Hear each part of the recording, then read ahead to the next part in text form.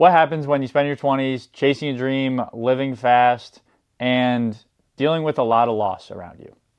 In today's episode, that's what our guest went through. He spent his 20s in New York chasing a dream, and unfortunately losing more friends than any of us can really imagine. We talk about grief, short-term decision making, and in the second half of the episode, we get into his advice for making decisions in your 20s. Whether you're someone who really only thinks in the short term, or you're someone who overthinks everything. I think there's a lot of us out there that fall on either side of the spectrum, so that's why we're talking about it.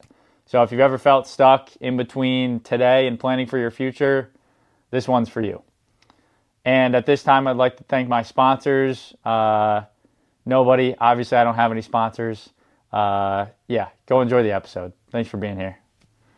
Let's go back to when you were in your 20s, right? You were chasing your passion of theater, right? Yes. In New York in the 80s. So tell me about that. Maybe like your routine, Oh God. what was it like?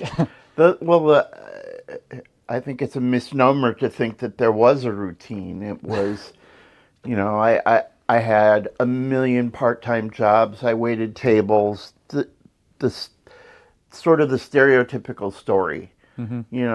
Every time you go to a restaurant in New York, the waiter's probably an actor. It was probably not the healthiest, the healthiest lifestyle ever lived by man. Mm-hmm. Because I had no money, and money limits a lot of things, right? And so one of them is you got to buy cheap cereal, and that's what you eat. And I'm sure other people, this has got to be true now, especially with the economic world that we live in now. But it was particularly true then. And this also was the days of the really big popular days of disco. And I had a crowd of friends, and this is what they did, and I sort of did what they did, which led to some stuff that I probably shouldn't have. No, I definitely shouldn't have gotten involved. When they say about young people that they think they're going to live forever, and the flip side of this environment that I lived in, it's when AIDS was first around. And so I didn't think I was going to live forever. I didn't think I'd live to see 30. I mean, people were literally dying all around us. And there were periods before I left New York in '85 where, a week doesn't go by without going to a funeral, going to a memorial, having to visit somebody that's got pneumonia and they're hospitalized. I mean, it was really, it's hard to explain how dark that actually was. So if you don't mind, what does that do to you? You're in your 20s, you're dealing with loss. Right. For the first time, maybe, like real loss consistently. Right. And as you say, like you don't think you're living past 30. Like for me, that's a crazy thing. Right. To even think about. Like I think I'm going to live till 90. And so what did that do to you? Like your decisions, your internally, like it does make for short-term thinking. I'm not thinking about I recently had the opportunity to retire from a long career in business, and I would never have been able to think about what does that look like, or is that even a possibility someday? Um, if you can't get past, you know, 3 of my 6 best friends passed away in the last 6 months, it's hard to say that anything else really matters so much. Hmm. Um, Yeah, it puts things in perspective, I can imagine. yeah, Yeah. yeah, it sure does. What were some of those short-term decisions you were making? Maybe like, was it as a result of the loss, or was there a little bit of, you're in your 20s, you're in New York, you're having fun, chasing a dream? Like, I'm sure, is it both It's that both. contributed? It's both, and um, it's the culture, the night culture of New York, Hmm. and and so it led to a lot of questionable choices that, in hindsight, of course, I wouldn't. You know, party drugs were a big deal. Cocaine was just the thing, Yeah. and if everybody, I'm not like a junkie type, but if everybody else is I'm going to go along, Yeah, 100%. and unfortunately, um, I had no sense that that was anything other than fun. Um, in reality, it turned out like 10 or 15 years later, I had damaged my heart by excessive party drug use. And that was another, like, oh wow moment. Yeah. Like, whoa, wait a minute. What do you mean I hurt my what do you mean hurt my heart? Yeah. And so But I had a heart attack. how old were you when you had a heart attack? I was 42. And so was it not till then that you were like, "Oh shit, like I might have That was fucked up the my in my 20s, I had other problems, other health ramifications. Like I switched my focus from acting to directing because I couldn't keep up physically, Hmm.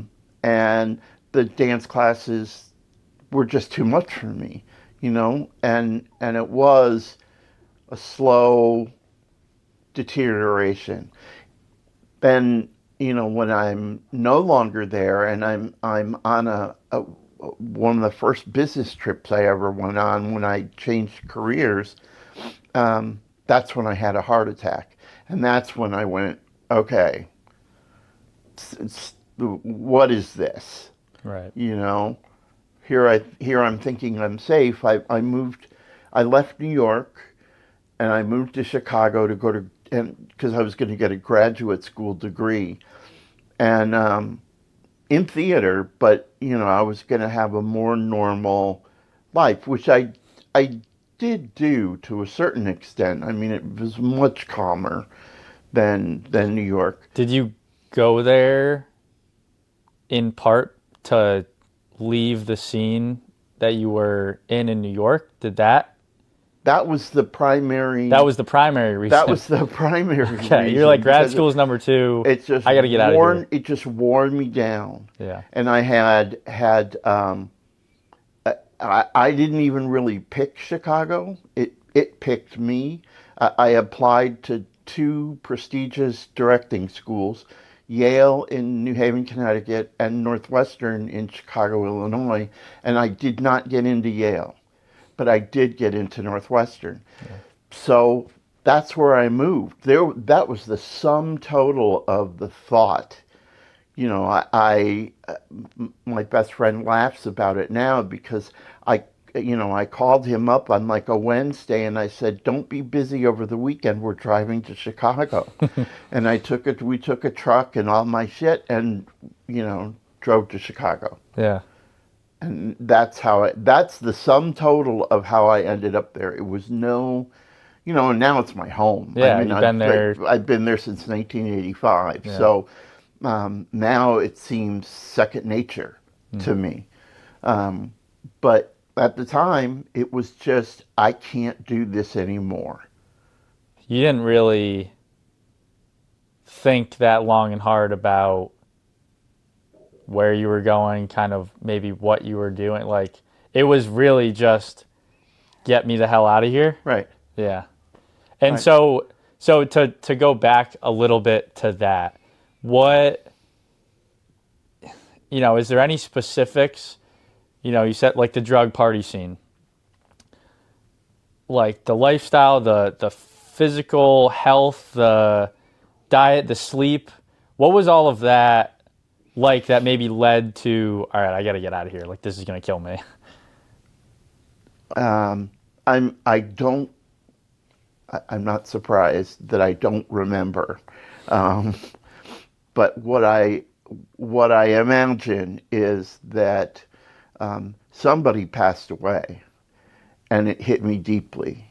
And um, so you know how it is when you probably don't know, when you lose a lot of people, you start to get a little numb to it. I mean, it's just like, oh, Yeah. another friend is gone. Another friend is sick, you know. And at some point, I realized that I was getting kind of numb to it. And I think that had something to do with it. I think the fact that it became common to Mm. me was enough to make me go, you need to, you need to not be in this. Yeah. And I thought a lot about, I do remember thinking a lot about what it meant to leave New York, what it meant to leave the area. Mm. And I realized that, I was taking the first step away from what I'd spent 25 years thinking I was going to do. Yeah, and I think for like to zoom out a little bit for anyone like the listener, right? Yeah, Somebody like me who's, maybe listening to your story and thinking not like what does that have to do with me, but this is a very different time period. You were right, dealing with some real serious life or death stuff. I think for like the listener, for somebody like me, I think what we're circling around is making decisions in your 20s is hard. right, I think it's because we've never done it before. Uh, Most people follow a path. You do this, you go to college, you get a job, whatever it is, and then we're just out by ourselves. right, You're in New York, you don't know what to do. right, This is the first time you're making decisions. right, Yeah, I'm gonna go out and have fun, and do whatever I want, right? While I'm chasing this dream that I have. And I think short term decision making can mess with your future, right? right, Even if you don't think, in 5, 10 years that you might not be here, it's important. Why we're talking about this is because it's important to think about, you're 65 now, 64. right, And shit, man, like what are the things I'm doing right now? My diet, my sleep, how much am I taking care of my body, my mental health, all of these things, and how does that affect me in 30 years? Like, right, I'm not thinking about that. right, Like, I like to think that I'm a healthy person, but it's not because of who I want to be when I'm 70. right. So, can we talk about that? Like, what, maybe looking at you now or the heart attack, wherever you want to go with this, what have some of those decisions, those short term thinking decisions that you had during that difficult time period for you, what has some of that led to now? I can't overestimate how much that loss and that grief, how much that impacted me. I'm kind of a soft-hearted person, and I took every one of them very hard. And eventually, I it was the short-term decision to I need to not be in this environment. I need to unplug from this and go and do something else. I At that time I was making decisions about myself that were about 2 years long because I went to the graduate program that I went to was 2.5 years. So that was about the extent of how far I could think. I'm not 100% sure I can think farther than that now. I'm not sure in the interim if I've ever spent more than a year or two with the same set of mental constructs.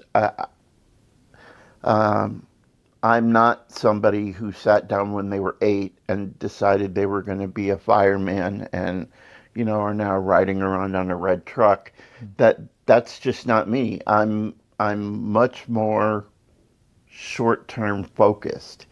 And where I think that leads to a problem is if you don't have a longer, at least a midterm focus, I'm afraid you're making decisions based on bad information. You're making snap decisions, like dropping everything and moving to Chicago, which, I mean, knock on fabric, it paid off for me. I mean, I'm perfectly happy where I am, but I didn't plan any of that. And other people, successful people, they do. They know 5 years, they know 10 years. Do they? I don't know. It seems like that. Yeah, there's a plan at least. My There's a perception direction. is Yeah. that other people do it and I don't. Yeah. I also am easily influenced, and by I'm easily influenced by people I respect. And so when I made the difficult decision to leave theater altogether and do something else, it was for short-term reasons. I graduated in the middle of the year and there were no jobs available. Jobs don't come in academia until June. Right. So here I am, it's December, and I got to pay the rent.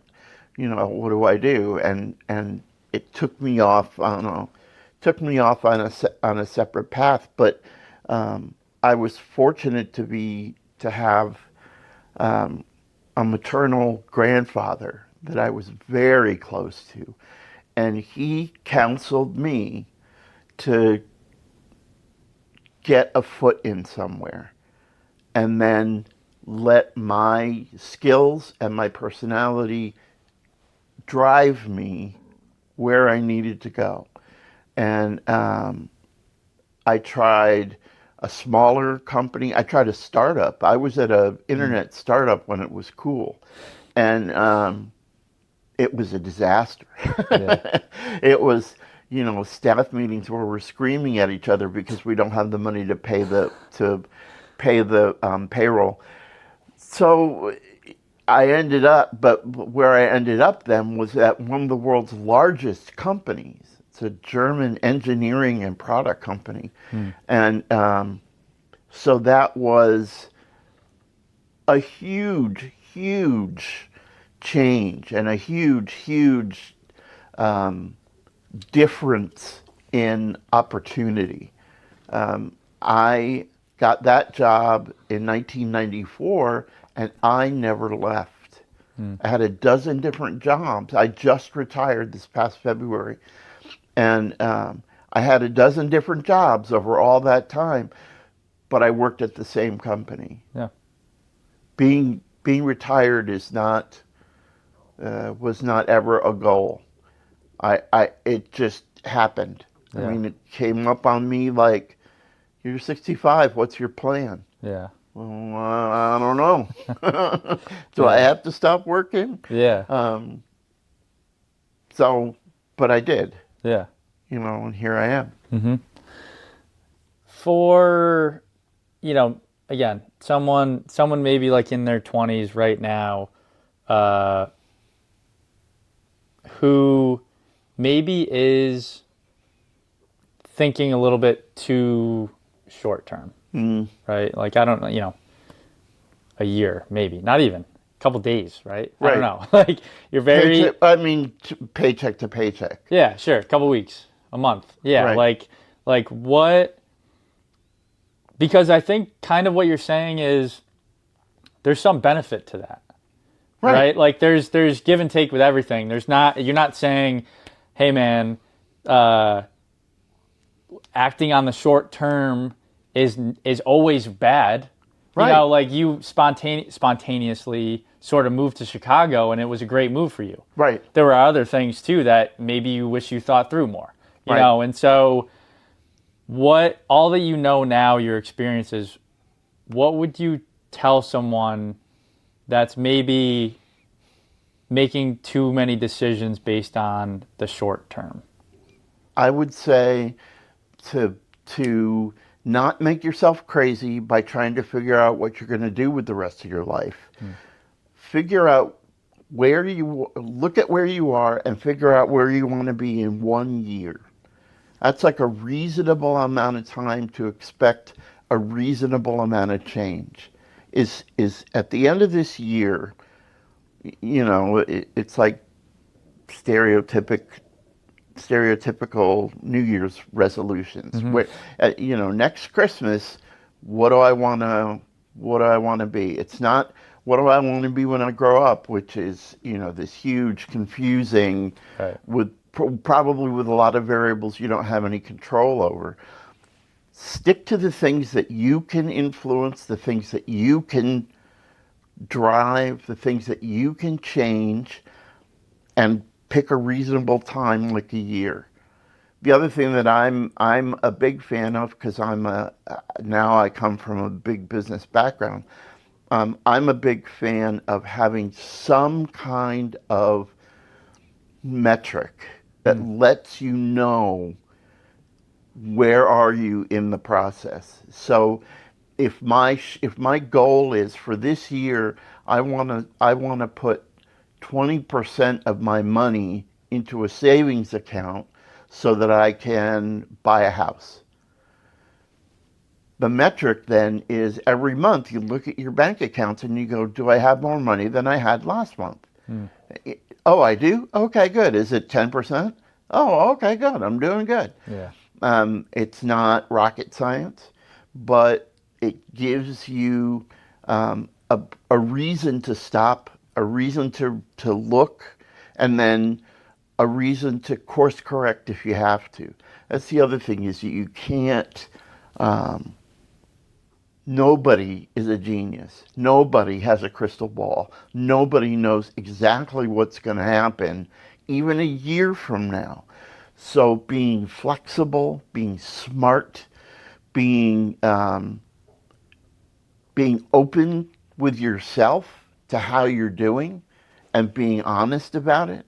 Yeah. I think those are important skills to practice. Mm. Um, if your goal is to be an attorney, that's several years worth of work. So what is the achievable year-end goal of that? It's get into law school. Yeah. Do everything, whatever it takes, whatever those steps are, whatever the tests are, and all the standardized things you have to go through. But you're a registered student at a law school. Yeah. And then your next one is, make the law review. Yeah. Well, And celebrate each one along the way too. I right, think that's important. right. I mean, That I agree. That I definitely agree with. yeah. And it's funny you say that because I actually had a conversation with one of my mentors recently about KPIs, key performance indicators, because I was telling him, hey, I'm having a hard time differentiating results from like how I feel. Right. And I'm not getting a ton of results right now, and that kind of sucks. And so he said, KPIs, what are things that are black and white? You did them or you didn't. For me right now, it's, putting 2 podcasts out a week. Right. Being on one other podcast a month. Like those things, you either did them or you didn't do them. Right. Because I think, and they're in your control too. Like those are and don't make a ton of them. He said 3 to 5. Like right. 3, I have 4, I think. But for me, it gets overwhelming when you look at the big mountain that you have to climb. Right. Especially if you're ambitious and you want to do big things like I do. And it's, you look at that mountain and it's like, fuck, like that's a lot. And I don't know. And especially if you've been in it for a little while already. Right. You've been after something. I mean, I started another business, climbed halfway up that mountain, realized I don't know if this is the right mountain, got off that mountain. Now it's like you're starting over. Right. And what's also important is you're not, which I have to remind myself. You've learned so much from climbing up halfway through that mountain that you can apply to the other mountain. And I think that's another just important thing too that personally I've practiced. But yeah, those KPIs, what can you measure and then kind of reflect on, right? Right. And so flipping the script a little bit, do you have any advice for people in their 20s that are thinking, I don't want to say too long-term, but maybe overthinking things right. or, trying to make the perfect decision?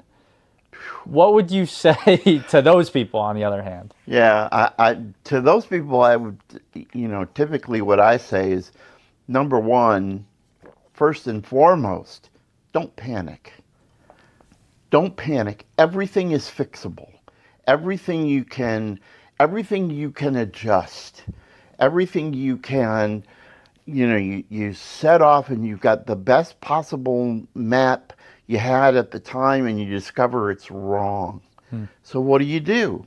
You got to course correct. You got to figure out, you got to change the map. And that's partially why I say I don't like the idea of having a 10-year plan or a 20-year plan, because that's not something you can execute. A year, I mean, I know I'm harping on it, but a year seems like a reasonable amount of time to be able to change something or get something done or to teach yourself something. And the other thing I heard you say was the people that drive themselves crazy trying to make a perfect plan. Yeah. There is no such thing. There's only what you know now, where you are now, who you are now, and who you think you might want to be in a year. Yeah. So it's not like every decision has to be perfect. If you accept the idea that decisions are imperfect by nature, that means you're going to fix them. Yeah. You're going to adjust as you go through it. You should be sure that the choices that you make are the best choices you can make. My grandfather was a builder and a craftsman, and he always used to say, measure twice, cut once. So be sure that what you got the right board and you got the right length in it, and then commit. Don't hold back. That's not the way to do it. Commit, and then figure out, did I do the right thing and what happens next? Yeah. I like that a lot. It touches on like being all in, like, right. and think about it, right. Like measure twice, like think about it, flip it around every which way for a certain amount of time, it's, weeks, like don't drive yourself crazy. Honestly, I would say if you're thinking about it that heavily for that long, you probably want to do it, and you probably should do it. And like you said before, you can always course correct. Right. Like, you're not going to die. You're not going to die by making this decision to take a risk, especially now. What I've learned is like, the older you get, the harder it is to take those risks. Right. And that's why, like, you hear a lot of people say, and now I kind of say it and try to live it, is take the risk now. Your 20s is a workshop stage. One of my favorite sayings from Dwight Schrute, Rainn Wilson.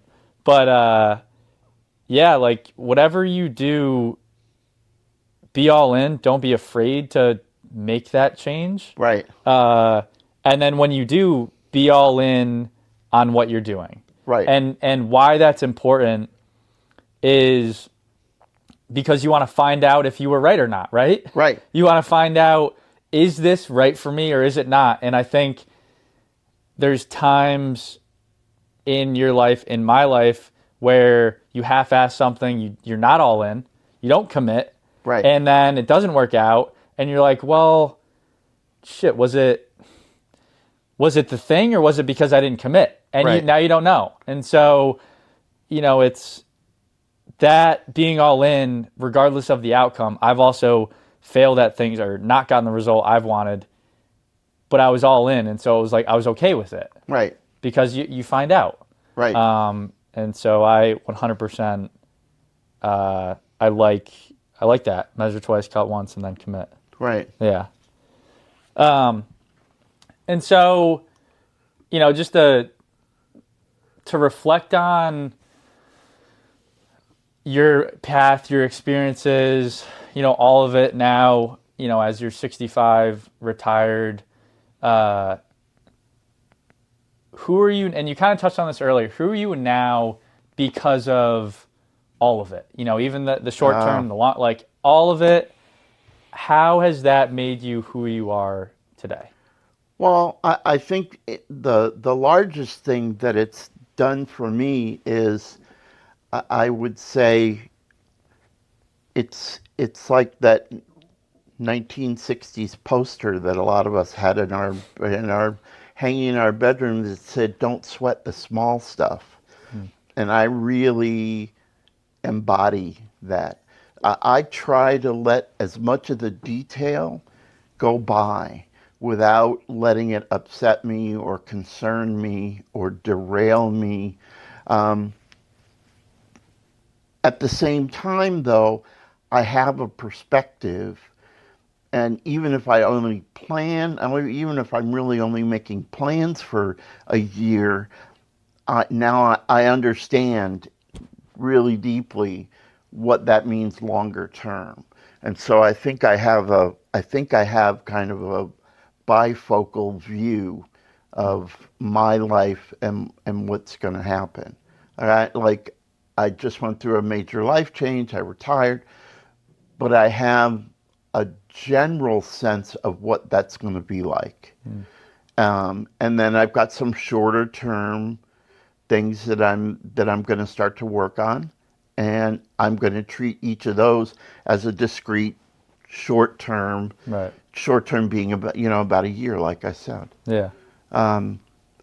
Those would be the kinds of things that I think I'm probably better at than maybe some other people. You gain perspective from things that suck. Right. Like loss. Right. And Right. and like you're saying, like, you gain so much perspective on the things that really matter to you, and everything else.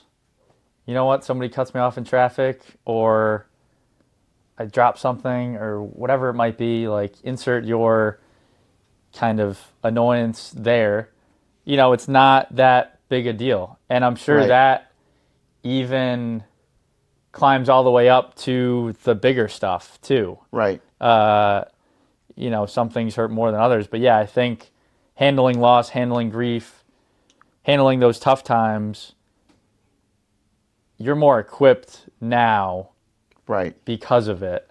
and it sucks how that's how it has to be. How you get that is unfortunate.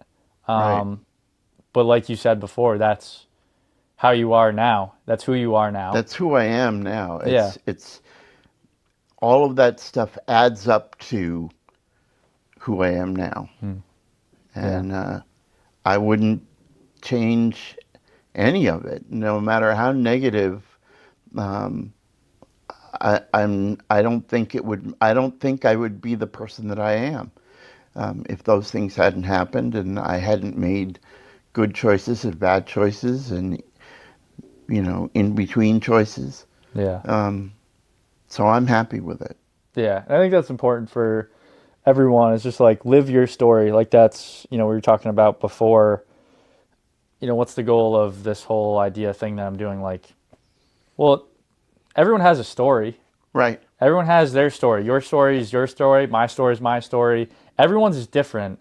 And instead of running from it or being ashamed by it or guilty because of it, even the bad stuff, it's like, no, man, all that's made you who you are today. Right. And that you should be empowered by it. And I think that is so, so important. And so to close, I want to give you an option of 2 questions. Okay. Okay.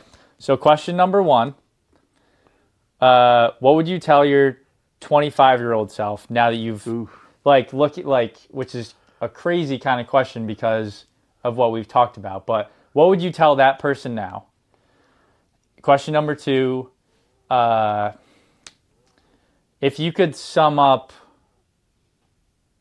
all of it, all of your experiences, like what would your message be to maybe not younger you, but a 25-year-old now? Like if you had a message that was like, Right. this is what I've lived and this is what I want to tell people, what is that? And you can answer them both if you want. But No, because it's actually kind of the same thing. yeah, okay. To me, the answer would be almost exactly the same thing. I know that myself as a 20-year-old and a lot of 20-year-olds that I have interacted with don't necessarily recognize reality in its big sense, the big sense of reality. Um, Honestly confronting where they are, what they're doing, what they've done, who they're with, where physically are they. The facts. The facts, the absolute rock bottom facts. Um, if you can do that, the second flip of it is then you should learn how to respond accordingly. You should be able to respond to what is, not what your mother wishes it was, or your second grade teacher told you it would be like, or, some influential therapist helped you and told you you should be doing this. The fact is you can't change the past. All of what is, and it's always going to be. All you can do is respond to it. And this is where my thing of saying somewhat arbitrarily, think about where you want to be in a year. So if you can respond to the reality of where you are and try to picture where you're going to be in a year, you're so much farther ahead than most other people. Yeah. It's a skill. It can be learned. There's no particular talent to it. You just got to be smart enough to try. That's all you got to be. Yeah. Yeah, and you got to be honest.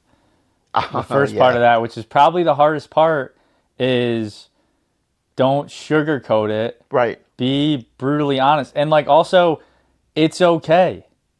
Everybody fucks up. Everybody makes those Right. mistakes. Like you're saying, like, okay, now what? Right. Now what can I do, regardless of how bad it is? Now what? You Right. know, and I mean that's a word for me. Like I've definitely lived that of be Right. honest with you, all the shit, all the screw ups, and then What's next? move ahead. Yeah. That's the way I would phrase it. It would be what's next. Yeah. Don't.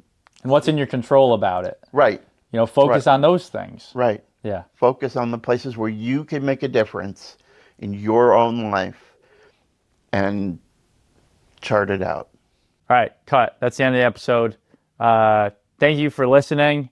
And before you go, I'd like to summarize each of these episodes by saying don't try to remember it all. If you try to remember it all, you're going to remember none of it. So, what I'd say is pick the 1 to 2 things that really stood out to you. Maybe it was something about losing friends, grief, or loss. Maybe it was measured twice and cut once, or being all in, or maybe I should move to Chicago spontaneously. I don't know. Whatever it was for you. Just remember those 1 to 2 things. So that's one thing. And then this is also where I'd probably say like or subscribe, do all that. And yeah, sure, go do that. That would be great. But more importantly, if you did find this episode beneficial, send it to a friend. That's really how I want this thing to grow. So if you liked it, share it with someone else. And if you didn't like it, why are you still listening? And don't obviously send it to someone else. Regardless, seriously appreciate you being here, listening, and being a part of Quarter Life Clarity. Till next time.